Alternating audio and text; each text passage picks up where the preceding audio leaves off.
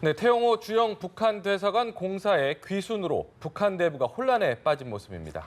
김정은 위원장의 지시로 해외 각지에는 검열단을 급파하고 내부에서는 공포 정치를 강화하고 있는 것으로 전해지고 있는데요.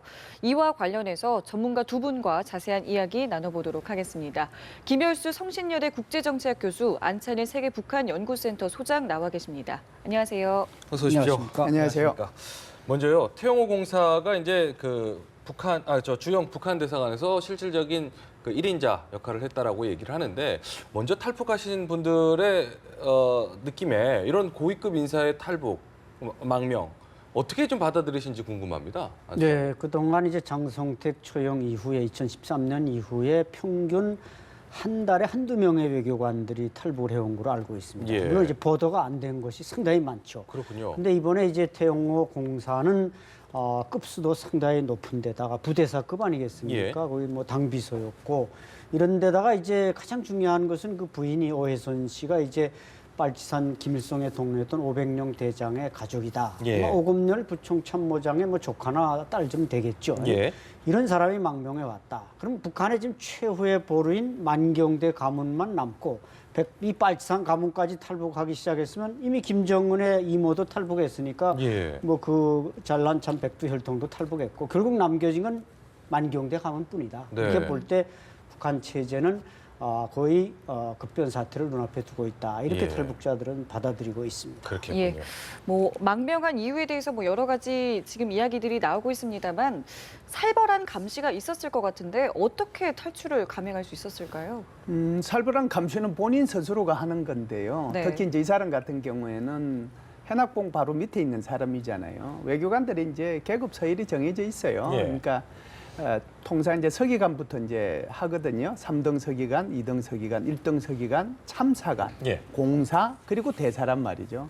현악봉 대사라고 하는 사람도 아주 뭐 대단한 사람이에요. 네. 그리고 이제 유럽이라고 하는 것 자체가 어떻게 보면 그 영국이 어떻게 보면 북한의 입장에서는 북한의 입장을 대변하는 곳이 바로 영국 대사관이라고 볼 수가 있거든요. 예, 예. 그렇기 때문에 거기 아주 이제 믿을 만한 사람들을 내보내고 또 그 사람들이 그런 역할을 충분히 해왔어요.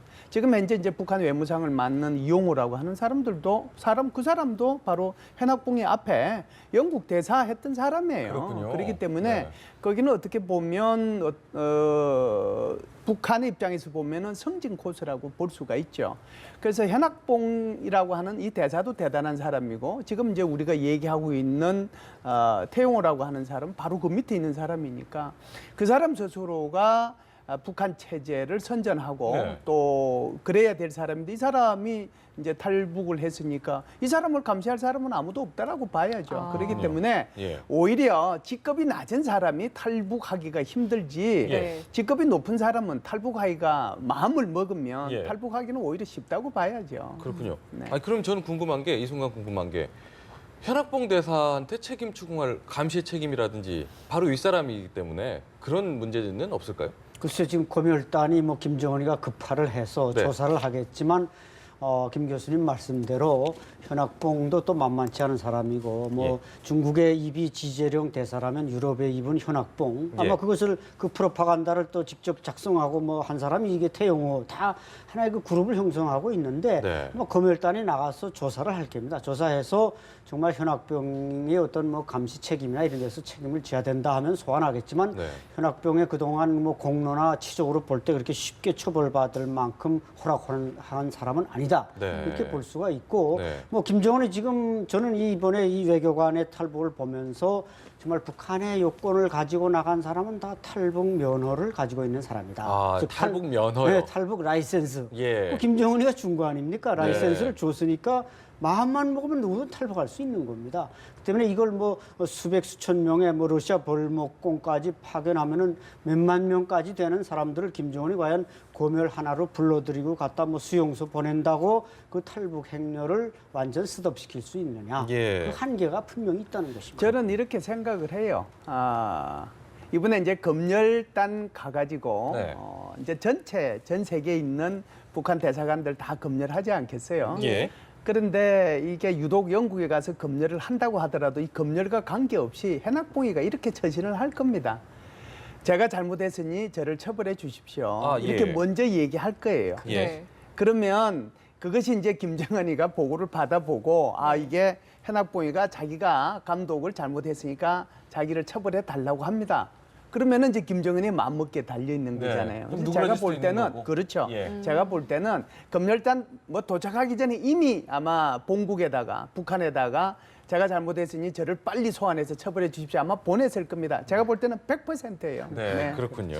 알겠습니다. 자, 그리고 태용호 공사가 김정은 일가의 비자금을 관리했다는 이야기가 나오고 있는데 이 비자금을 가지고 왔다는 설이 있거든요. 여기에 대해서 어떻게 보세요? 그러니까 이제 저는 이제 어떻게 보면은 정보 분야에 근무하는 사람이 아니고 네. 어떻게 보면 순수한 학자잖아요. 예. 그러니까 순수한 학자라고 하는 것은 일반 정보를 수집해서 그걸 분석하는 그거 능력밖에는 없거든요. 네. 그러니까 알 수 있는 것이 이제 한계가 있다는 거죠. 근데 네. 여기서 얘기하는 것처럼 지금 뭐 몇십억을 가지고 나왔다 이렇게 얘기를 하는데 전체적으로 보면 뭐 스위스에서 지금 현재 이수용이라고 하는 사람이 거기서 이제 전체적으로 김정은이의 그 개인 권고 역할을 해왔고 그쪽에서 스위스 대사를 할 때 모든 일을 처리했기 때문에 예.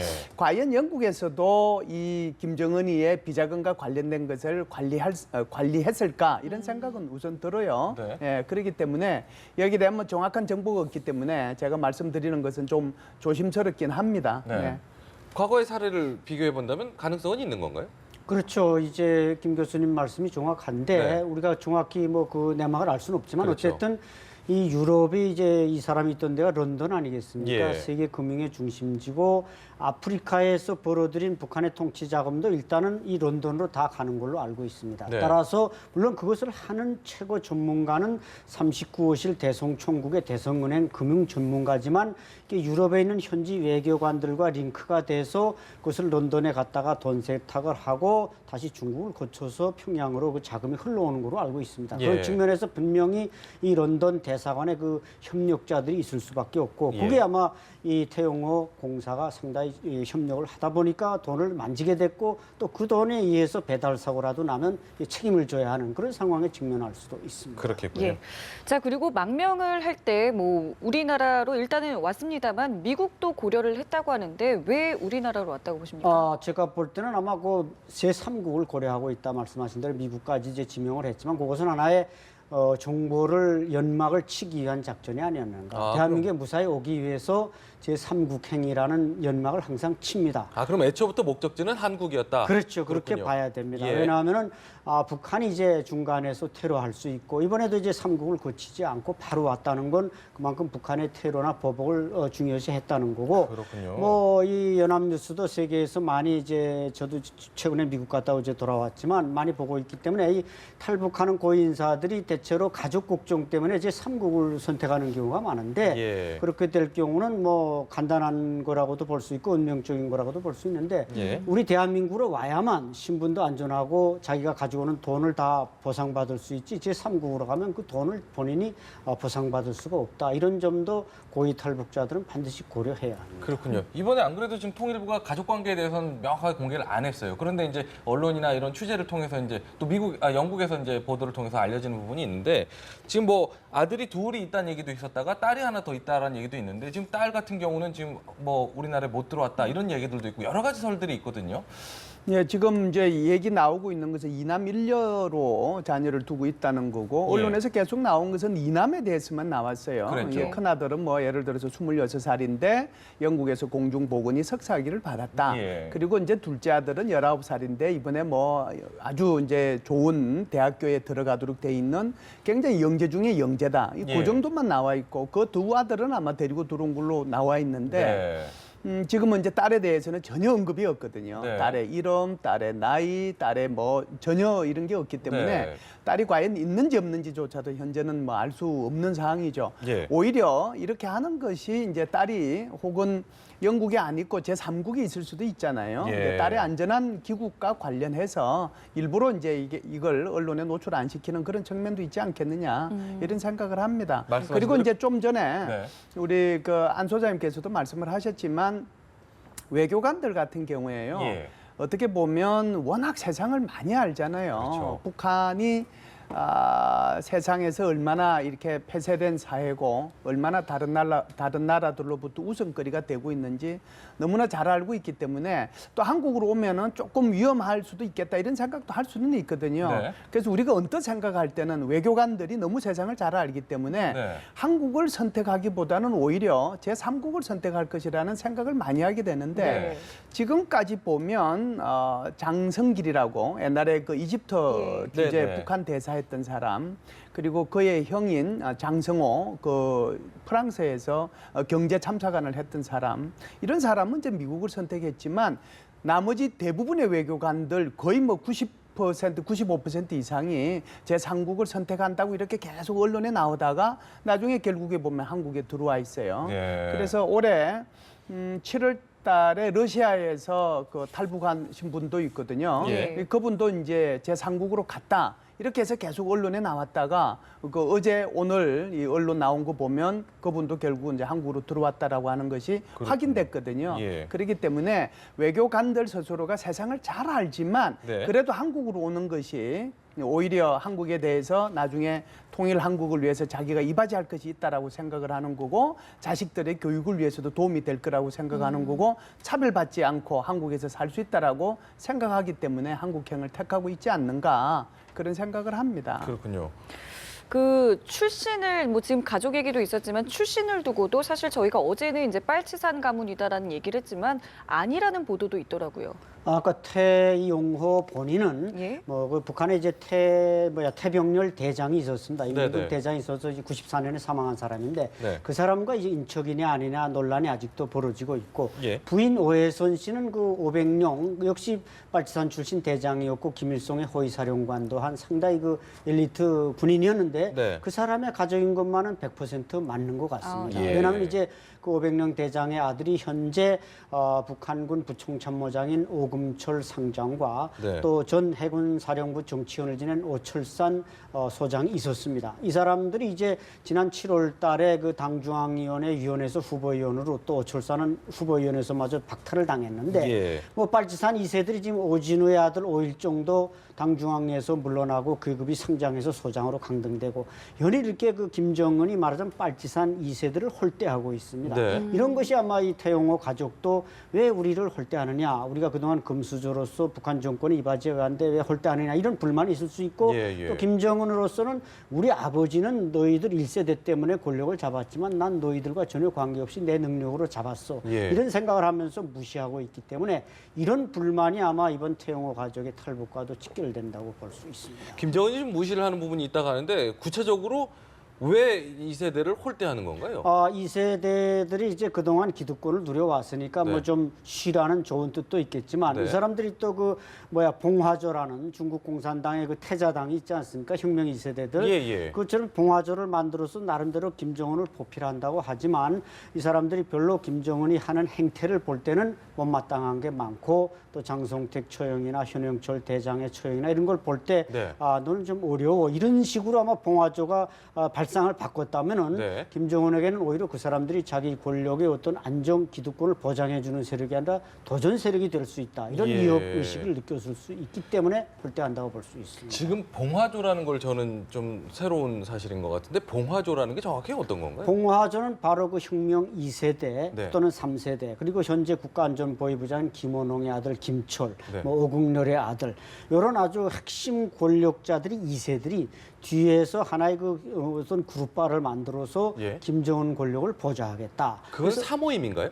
사모임이죠. 예. 국가기관도 아니고 전적으로 사모임이고 2년 전에는 이 책임자가 그 김원홍 아들 김철에서 그 김정은이 형 김정철로 책임자가 바뀌었다. 예. 이런 설도 있는데 바뀌고 나니까 또 이 사람들이 아마 김정철을 별로 신뢰하지 않고 김정은의 권력을 못마땅하게 생각하기 때문에 이것이 예. 김정은으로서는 뭔가 해체할 필요성이 있고 그래서 예. 아마 무시하고 있지 않나 이렇게 판단하고 있습니다. 그렇군요. 예. 자, 그리고 조금 전에 이제 뭐 그 러시아 그 3급 서기관에 대한 이야기도 해주셨지만 사실 탈북 귀순하는 사실을 저희가 모두 보도하지 않고 또 모두 공개가 되지 않고 있지 않습니까? 하지만 들리는 이야기로는 굉장히 많은 외교관들이 망명을 하고 있다라고 하는데 이 부분에 대해서 이게 어떻게 좀 봐야 될지. 북한 주재원들이 망명이 굉장히 이제 많아진다라고 봐야죠. 그 주재원들 속에는 외교관들도 있지만 소위 말해서 충성 자금을 확보해서 39호실로 노동당 39호실로 보내는 총책임자들도 있거든요. 예. 그런 사람들을 다 통틀어서 그냥 북한 주재원이라고 볼 수 있는데요. 예. 그 주재원들이 2013년, 14년, 15년으로 넘어오면서 굉장히 이제 늘어나고 있는 거고요. 올해 초에도 우리가 그런 보도를 많이 봤습니다만은 예를 들어서 동남아 전체 북한 노동당의 충성 자금의 총책인 북한군 소장, 네. 우리말로 하면 준장이죠. 예. 소장이 탈북했다. 그 사람도 결국 한국에 돌아왔거든요. 예, 그래서 그런 사람들이 탈북하게 될 경우에는 충성 자금을 계속해서 모아놨을 거 아니에요. 그 네. 모아놓은 거 가지고 가지고 들어오게 되는 거죠. 네. 그래서 지금 보면 그 주재원들이 이렇게 많아진다라고 하는 것은 전체적으로 보면 큰 흐름의 변화라고 볼 수 있는데요. 김정은 들어서서 탈북자에 대한 정책이 옛날에 지 아버지하고 달라요. 그래서 김정일 같은 경우에는 공화국을 배반하고 가려면 가라라고 하는 그런 정책이었다라고 하면 예. 김정은 같은 경우는 지구 끝까지 가서 잡아와라 이렇게 얘기를 했거든요. 그래서 김정은 들어서서 탈북자의 수가 급감을 했습니다. 네. 그런데 그것이 지금은 이제 올해 8월 1일부로 이미 800명을 넘어섰거든요. 그래서 네, 아마 많군요. 그렇죠. 그래서 올해 같은 경우에는 뭐 한 3,400명 가까이 될 것이고 올 예. 연말 되면 드디어 탈북자의 수가 3만 명을 넘어갈 것이다. 이런 예. 이제 보도까지 있는데요. 제일 중요한 것은 이런 거죠. 그전에 탈북자하고 지금의 탈북자하고 탈북의 유행이 다르다는 거죠. 예. 그전에는 생계형이란 말이죠. 생계형이라면? 먹고 살기 힘들어서 탈북한다라고 네, 하면 네. 지금은 그게 아니고 이민형 탈북이라고 볼 수 있어요. 예. 그러니까 내 삶의 질을 향상시키기 위해서 또는 내 자식들을 위해서 내가 탈북을 하겠다라고 하는 거거든요. 네. 그러니까 여기에 제일 앞장서는 사람이 누구냐? 네. 바로 북한의 주재원들이라는 거죠. 세상을 너무 많이 알고 북한 체제가 얼마나 호황된 것이고 그 속에서 얼마나 희망을 내가 펼칠 수 없는지 그리고 내가 어디로 가면 희망을 펼칠 수 있는지를 정확하게 알기 때문에 그래서 과거에 비해서 탈북의 유형이 완전히 달라졌고 그 앞장에 바로 주재원들이 있고 그 앞에 바로 외교관들이 있다 이렇게 보시면 될 것 같습니다. 그렇군요. 그 이민형, 그러니까 나의 삶의 질을 걱정할 사람이라면 일차적으로 먹고 살 만한 게 보장이 되는 사람들이 이제 탈북을 한다는 얘기인데 그럼 과거와 다르게 이렇게 생계형으로 탈북했던 일반 주민들하고는 성격이 이제 탈북자의 성격이 많이 달라졌겠군요. 지금도 그러면. 그렇죠. 많이 달라졌는데 사실 또 생계형 탈북이라고 하면 또 탈북민들은 또 상당히 좀 싫어하는 면이 있습니다. 우리도 예. 그 사람들이 표현은 우리도 뭔가 북한 독재가 싫어서 저항을 하고서 탈북했는데 왜 생계형 탈북이라고 표현하나 이렇게 말하는 분들이 제가 있어서 그분들의 의견을 제가 대변해 드린 그럴 거고 수도 있겠군요. 어쨌든 지금 평양의 고위층들은 예. 이 30만 불 비축 운동을 한답니다. 네. 그 30만 불만 가지면 미국이나 유럽의 자유국가에 이민을 신청할 수 있는 비용이 맥시멈이 30만 달러랍니다. 네. 그러니까 이것은 결국 그 사람들이 이제 해외 나가서 해외 경험도 하고 나면 다시 북한에 돌아와서 바닥으로 내려가서 살자니 그게 쉽지도 않고 그게 또 네. 계속 영원히 보장되는 것도 아니고 그리고 더욱 중요한 것은 제가 볼 때는 아마 김정은이 통치 행태를 볼 때 네. 과연 북한 정권의 미래가 있는가 이 회의를 품고 빨리 이 난파선에서 탈출하는 것이 나나 나 2세들을 위해서 좋지 않겠는가 예. 이런 생각이고 이번 태영호 씨 가족 역시 자녀들의 운명 그 외국에 나와서 잘 엘리트로 공부하다 평양에 가서 다시 또 그 족벌 세습 체제에서는 꼭대기 올라설 수 없고 한참 뒤에 서야 되지 않겠습니까? 예, 예. 이런 어떤 운명을 생각할 때는 죽기 살기로 떠날 수밖에 없었다. 그렇게 그렇군요. 봅니다. 저희가 이제 참에 그 태용호 이렇게 그 귀순 소식을 전해줬을 때 사실 더 충격적이었던 게 최고위급이다. 뭐 외교관급에서는 최고위급이다라는 얘기가 들렸었는데 아니 사실 뭐 몰랐던 사실이지만 보도 나오는 걸 보면 태용호보다 더 고위급들도 사실은 들어온 적이 있었다. 이런 보도도 있거든요. 믿을 만한 사실인가요? 네, 그렇습니다. 뭐 황장엽 선생님 이후에 네. 상당히 장관급 이상의 몇 분이 계셨지만 그런 네. 분들은 이제 비공개를 원해서 보도를 안 한 걸로 알고 있고 예. 현재도 지금 작년부터 뭐 20명이 들어왔다, 30명이 들어왔다 엘리트들이 상당히 많이 탈북해 오지 않았습니까? 예. 이런 분들도 본인이 원할 경우 우리 정부는 공개를 안 해줍니다. 예. 왜냐하면 이제 가족의 피해가 워낙 크기 때문에 예. 그래서 역시 북한에서 지금 엘리트들은 상당히 그 이탈 현상이 노골화되고 있고 정권 이반 현상이 강화되고 있고 역시 김정은은 여기에 지금 불안을 느끼고 있기 때문에 뭐 고멸조를 보낸다 뭔다고 하지만은 그 탈북 면허를 받은 사람이 수천 명도 넘는데 그 사람들을 어떻게 한 도적을 10명이 못 막는다고 네. 이 탈북은 앞으로도 계속 이어질 것이라고 저는 봅니다. 그렇군요. 어떻게 보세요? 이탈 현상 계속 증가가 될까요? 예, 이번에 이제 검열단 보내지 않습니까? 검열단을 보냈는데 아마 북한의 제외 공간이 아마 55개 플러스 마이너스 정도 될 겁니다. 55개요. 네네. 그러면 제외 공간 55개를 하나씩 이제 원 바이 원 형태로 하나 보고 그다음에 보고 이런 식으로 갈 거냐. 그렇다면 55개 공간을 몇 개 그룹바로 나누어 가지고 한꺼번에 보낼 거냐. 여기에 따라서 저는 이제 그 영향이 달리 나타날 거라고 생각하는데요. 만일 하나씩 본다라고 하면 팀이 꾸려지겠죠. 예. 그 팀이 이제 A 국가에 가서 보고 그다음에 B 국가로 가고 이렇게 시간은 걸리겠지만 이렇게 보지 않겠어요.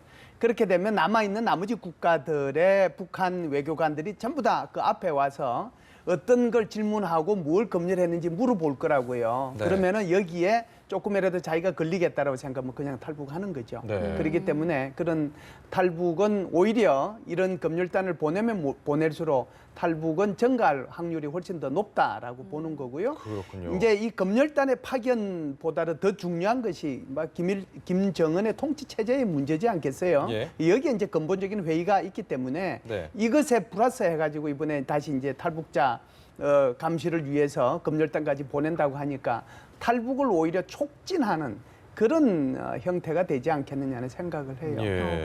만약에요, 이 단속이 좀 제대로 되지 않는다 혹은 좀 불안하다 이렇게 느껴질 경우에는 주재하고 있는 사람들을 본국에 소환할 가능성도 있을까요? 글쎄 아마 외교관이 대사급 외교관이 것을 공간을 축소할 가능성은 있습니다. 네. 그러나 이 공간을 폐쇄할 수는 없단 말이죠. 네. 예를 들어서 지금 태용호 같은 경우도 영국 대사관의 당비서였습니다. 그럼 그 안에 당원들을 대사까지도 당생활 총화가 열리면 대사관 없지만 밑에 공사 비서 밑에가 비판을 받아야 된단 말이죠. 지금 북한 노동당의 핵심 부서인 조직지도부의 당비서가 조현준 제1부부장입니다. 예. 그 사람도 김정은의 당생활을 지도하고 감독한단 말이죠. 예. 이렇게 지금 복합적인 감시 체제를 해놓았는데 예. 그 당비서가 탈출하는 판국인이 과연 누구를 믿을 수 있겠냔 말이죠. 따라서 북한이자 김 교수님 말씀대로 오히려 고멸조를 보내는 건 이건 탈북 촉진제 주사를 놔주는 거나 마찬가지고 예. 결국 북한의 돈이 풀려서 김정은이 이 사람들의 무슨 시혜를 베풀고 대사관 유지 자금 통치 자금 뭐 다 촉촉 대주면 탈북하는 사람 없죠. 그런데 그걸 안 주면서 돈을 자꾸 바치라 상납하라 그러니까 이런 갈취에 견디지 못하면 튈 수밖에 없는 겁니다. 예. 그래서 한때 뭐 튀다 보이부까지 튀느냐 이제는 뭐 공사도 튀고 뭐 장성도 튀고 이제 정말 마지막에 이제 남은 건 북한의 빨치산 가문까지 튀었으니까 이제 남은 건 만경대 가문 하나밖에 없는데 네. 네. 이것까지 튀면 그날은 북한 붕괴의 날이 될 것입니다. 올해 같은 경우에요. 네. 우리나라는 이제 해마다 해외 공관장 회의를 하잖아요. 예, 예. 그래서 전 세계에 있는 그 우리나라의 대사들이 한국으로 들어와서 회의를 하고 또 대통령께서 이제 또 한 말씀도 하시고 예. 그 회의를 이제 며칠씩 한단 말이죠. 근데 북한에서는 이런 회의를 안 했어요. 그런데 올해는 그 회의까지 했어요. 네. 얼마나 다급했겠어요. 단속 차원이었겠죠. 그렇죠. 계속해서 이제 외교관들이 계속 탈북이 1년에 아까 우리 안 소장님 말씀하신 것처럼 뭐 1년에 몇 명씩 계속해서 탈북자가 있으니까 예. 외교관들이 이렇게 탈북을 해버리면 어떡하느냐. 그래서 우리처럼 공관장 회의까지 해서 이 탈북을 막으려고 노력을 했음에도 불구하고 지금 이런 현상이 일어나고 있는 거거든요. 예. 그래서 이번 같은 경우에 이렇게 하면은 예를 들면 부부가 나가 있다. 자식은 당연히 이제 인질로 삼고 있고 네. 부부가 나가 있으면은 그 가족도 예를 들어서 소환을 할 수 있지 않겠어요. 예. 그런데 이 이제 해외 공간을 나가 보면 저는 이제 많이 다녔어요. 우리나라의 그 공간들을 많이 네. 다녔는데 다니다 보면 사실상 그 공간들이라고 하는 것이 뭐 바깥에서 이제 같이 식사도 하고 이럴 수도 있지만 공관장 집에서 네네. 그러니까 해외 그분이 뭐 대사면은 대사 또는 뭐 공사면 공사 그 집에서 네. 파티를 참 많이 해요. 예, 예. 거기 한국에서 오시는 분들에 대한 파티도 있지만 그 자국 내에 자신들의 외교 활동을 제대로 하기 위해서는 파티를 안 할래야 안 할 수가 없잖아요. 그렇죠. 그 파티를 하려면 누구가 그 파티에 동원되겠어요? 결국은 우리나라도 마찬가지예요. 예를 들어서 대사 부인, 그다음에 공사 부인, 참사관 부인, 영사 부인 이런 분들이 와서 음식도 준비하고 물론 예. 거기에 그 공간에서 일하는 그 분들도 있어요. 네네. 그 음식 준비하는 네네. 분들도 있고 그런 분들도 같이 해서 파티라고 하는 게 이제 남자만 오고 저쪽에서 남자만 옵니까? 부부 동반해서 하는 건데 예. 그러면 이번에 북한 같은 경우에 그 가족들 불러들이 버리면은 그 다음에는 외교 활동을 어떻게 하죠? 아, 그게 또 문제가 그래서 되겠어요. 이런 것들이 예, 그러니까 예. 북한이 더 탄압을 하고 외교 공간에 대해서 더 압박을 가하면 가할수록 예. 오히려 더 고립의 길로 갈 수밖에 없는 그런 구조적인 모순을 갖고 있는 것이죠. 그렇군요. 그게 사실 그러다 보니까 이게 자꾸 벗어나려고 탈출하려고 하니까 어제도 전해진 소식이 이제 고사총을 쏴서 잔인하게 총살을 했다라는 소식도 전해지지 않습니까? 관리 책임에 그렇죠. 묻고 네. 이런 식의 공포 정치가 지금 점점 더 강해질 수밖에 없는 여건이 되겠군요. 그렇죠. 악순환의 연속이라고 볼 수 있는데 예. 뭐 이미 그 식당 종업원, 그 종업원들이 그 20세 처녀들이 이제 탈북을 했는데 예. 그 책임자들을 기관총으로 초용하지 않았습니까? 네.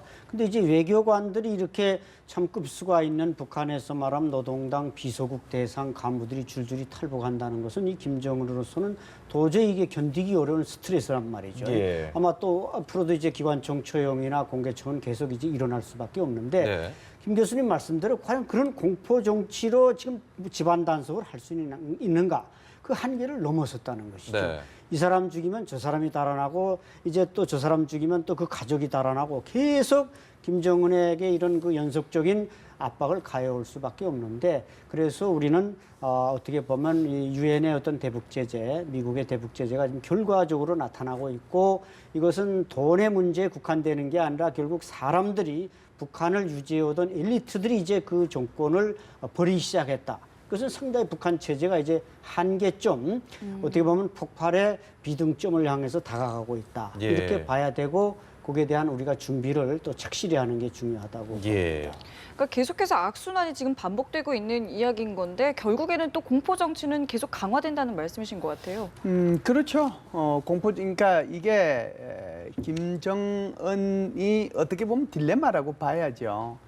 사실상 이제 핵 경제 병진 노선을 포기하면 네. 모든 것이 이제 선순환으로 돌아가게 되는데 핵 경제 병진 노선을 계속 추구하다 보니까 핵무기는 실험해야 내어놓을 수 되고 없고요. 미사일은 계속 실험해야 되고 네. 그러다 보니까 북한에 대한 압박은 점점 세지는 거잖아요. 네. 그래서 소위 말해서 안보리 계리안 2270을 통해서 집단 제재를 통해서 북한에 대해서 제재를 하고 있고 그다음 우리 안 소장님 말씀하신 것처럼 한국, 일본, EU, 유럽연합이죠. 그리고 미국은 독자적인 대북 제재를 지금 또 법들에 강화해가지고 대북 제재하고 있잖아요. 그러다 보니까 대북 제재가 효과를 지금 나타내고 있는 거거든요. 그러니까 뭔가 이게 잘 돌아가야 되는데 안 돌아가니까 북한의 입장에서 보면은 김정은 입장에서는 굉장히 답답한 거죠. 그러다 네. 보니까 공포 통치가 점점 더 심해질 수밖에 없는데 공포 통치가 점점 심해진다라고 하는 것은 민심의 이반을 가져오는 거잖아요. 네. 이게 북한 주민과 북한 정권의 이반은 이미 옛날에 있었던 거지만 지금의 이반은 그게 아니고 북한의 김정은을 떠받치고 있는 지배계층, 소위 말해서 엘리트 계층 내에서 균열이 일어나고 있다는 것을 지금 보여주고 있는 거거든요. 예. 그래서 공포 통치를 하면 할수록 그 균열은 더 심해질 것이다. 그렇게 되면 김정은 체제 자체의 문제도 일어날 수 있다. 이렇게 볼 수 있죠.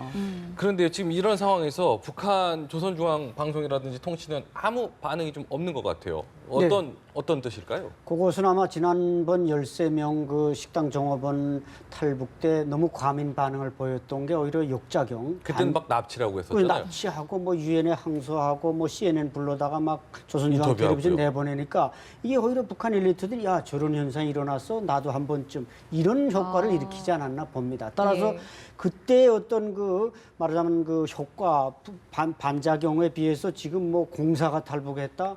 이러면 북한 엘리트들이 이것을 들었을 때 정말 나도 한 번이 아니라 나도 해야만 한다. 이런 식의 여론을 불러일으킬 가능성이 높기 때문에 그렇겠군요. 북한이 함구할 수밖에 없고 예. 아마 조금 지나서 이제 검열단이 돌아가서 그 결과를 집합한 다음에 그 책임자들을 처용하고 나서 또 북한 내부에서도 여러 가지 사상 검토나 숙청이나 아마 평양시에서 많은 엘리트들이 아마 짐을 싸게 되지 않을까. 예. 그러니까 북한 사회에서 짐을 싸서 지방으로 쫓겨간다는 것은 이것은 완전히 송골 집단에서 평민으로 돌아가는 거란 말이죠. 네. 이런 대숙청의 회오리 바람이 일어날 수밖에 없기 때문에 김 교수님 말씀대로 과거 이것은 뭐 김일성, 김정일에 대한 개인적인 불만이 아니라 이제 김정은 정권은 안 돼.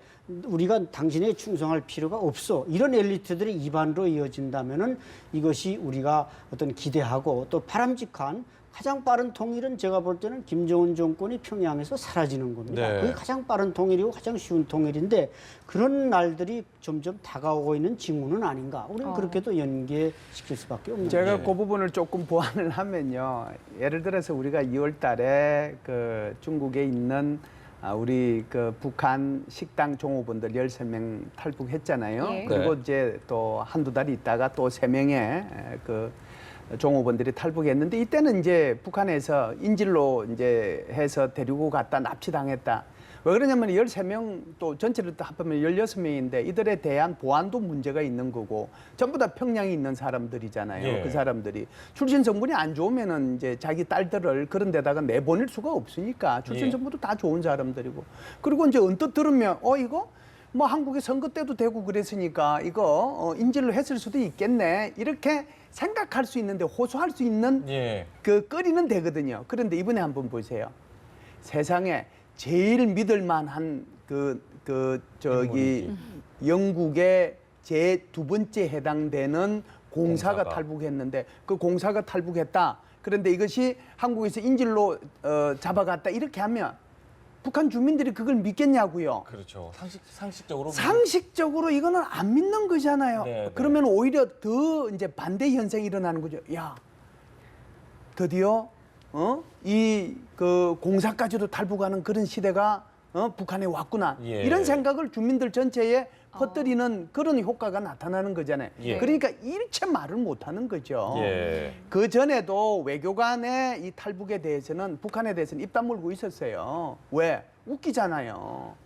그거 스스로가 자기 스스로의 체제 모순을 자기 인정하게 주민들한테 돼버리네. 자기 입으로 선전하는 효과밖에 안 되니까 말을 예. 못 하는 거죠. 예. 그래서 지난번하고는 전혀 다르게 대응할 수밖에 없어요. 그럼 앞으로도 특별한 반응은 내놓지 않을까요? 지금 특별한 반응은 내놓을 수 없는 게요. 예를 들면 이런 반응은 내놓을 수 있어요. 예. 예를 들면 북한의 선전 매체들이 다른 나라와 인터뷰는 할 때 네. 예를 들어서 똑같이 뭐 무슨 이거 인질로 저기 뭐 납치해 갔다 뭐 이런 식으로 얘기할 수는 있지만 적어도 자기 국민들이 알 수 있는 매체를 통해서는 전혀 얘기할 수는 없죠. 얘기하면 할수록 오히려 탈북 더 해라는 소리하고 똑같기 때문에 예. 그렇게 할 수가 없다 이렇게 볼 수 있습니다. 그렇군요. 네. 안에서 계속 이제 내부에 어떤 동요가 일어날 수 있고 통일에 가까워진 징후로도 해석할 수 있겠다 이렇게 설명을 하셨잖아요. 그렇죠.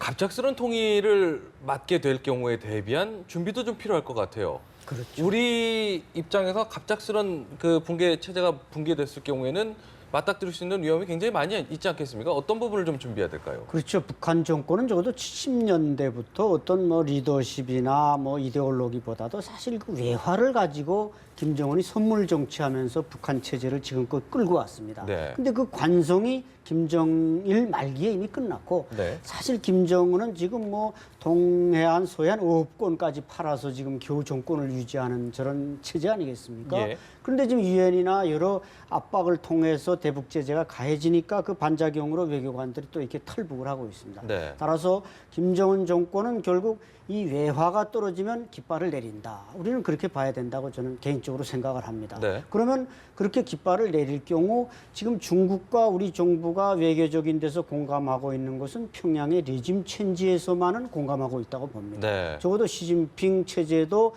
김정은을 자기네 체제에 유리한 사람으로 바꿀 수 있다면 이런 생각에서는 우리 정부와 어떤 교감을 가지고 있다. 저는 그렇게 알고 있는데 예. 따라서 이 레짐 체인지에 대비한 우리 정부의 대안, 즉 북한에 어떤 세력을 내세울까? 아마 뭐 지금 빨치산 가문도 탈북하지요. 나머지 만경대 가문이 남았다지만 그 양영섭 최고민의 부위원장, 뭐 강관주 노동당 부장 너무나 노쇠한 세대입니다. 네. 누구도 북한을 대신할 수 없습니다. 뭐 지금 체코 대사로 나가 있는 김평일, 김일성의 아들 김평일 대사 있지 않습니까? 예. 뭐 이런 사람들을 들여보내서 북한을 또 유지한다. 이것도 사실 어떤 그 레짐의 대안이 될 수 없고 예. 따라서 우리는 우리 대한민국에 있는 뭐 3만 명의 탈북자를 잘 활용한다든지 또 우리 뭐 대한민국 사회에 얼마나 북한 전문가 엘리트들이 많습니다. 예. 따라서 그런 상황을 수시로 점검하면서 그 대한 세력을 인적 자원을 어떻게 준비하는가 이런 것만 잘 해결해 나간다면은 북한 사람 국민이 한 70% 이상이 한류 문화에 열광해서 대한민국을 다 좋아하고 있습니다. 이게 예. 얼마나 큰 자산입니까? 예. 따라서 뭐 크게 걱정하지 않아도 될 문제가 레짐 체인지 이후에 우리의 대비가 아니겠는가 저는 봅니다. 예, 태영호 공사가 우리 한국으로 탈북한 거죠. 탈북한 것이 지금 북한의 급변 사태나 레짐 체인지까지 언급하는 것은 조금 많이 이해할 나갔다는 수도 있겠- 생각은 예. 듭니다. 네. 장성길이가 이집트 대사를 하다가 미국으로 망명했을 때도 북한 붕괴 얘기가 좀 있었고요. 예. 특히 이제 황장엽 선생님 같은 경우에 우리 한국으로 이제 탈북했을 때는 뭐 굉장히 큰 그런 기대감을 갖고 있었잖아요.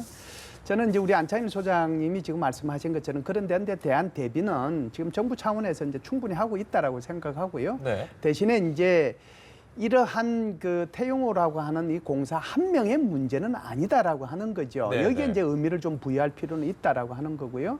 전체적으로 보면은 끊임없이 북한 외교관들, 세상을 잘 알고 있는 또 북한 체제를 너무나 잘 알고 있는 외교관들이 끊임없이 탈북 행렬에 동참하고 있다라고 하는 예. 것은 북한 체제의 균열을 의미한다라고 하는 것이죠.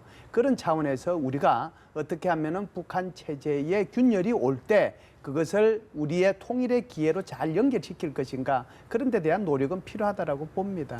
박근혜 대통령이 광복절 축사 때 메시지를 던졌지 않습니까? 그것과 관련해서도 여러 가지 해석들도 나왔었고 뭐 그런 의미도 있겠지만 그것보다 저는 궁금한 게 지금 나가 있는 다른 외교관들, 북한의 다른 외교관들도 그 메시지를 외신을 통해서든 들을 수 있다라고 판단을 해요. 정확하게 말씀을 하셨는데요. 저도 대통령께서 8.15 경축사를 하실 때 그 내용에 대해서 굉장히 의문을 갖고 있었거든요. 예. 왜 그러냐 하면 통상 우리가 분리를 한다고 하면 북한의 통치 세력과 북한의 주민을 분리하는 거거든요. 북한의 통치 세력이 노동당원들을 합하면은 뭐 한 300만 조금 더하기 빼기 정도 될 거고요. 그다음에 이제 더 핵심으로 이제 올라가면 한 20만 명 정도가 핵심 중에 핵심이 되겠죠. 이것이 이제 북한 정권을 이제 뒷받침하고 있는 그런 세력이라고 볼 수 있는데요. 통상 이제 그 세력하고 북한 주민을 분리해서 통치 세력에 대해서는 우리가 적대적인 관계 또는 뭐라고 할까요? 경쟁 관계라고 할까요? 그리고 바꿔야 될 대상으로 하지만 우리 북한 주민에 대해서는 북한 동포들에 대해서는 굉장히 우리가 민족적인 감정으로 이를 대해야 된다라고 그렇죠. 하는 그런 접근법을 해왔단 말이죠. 예.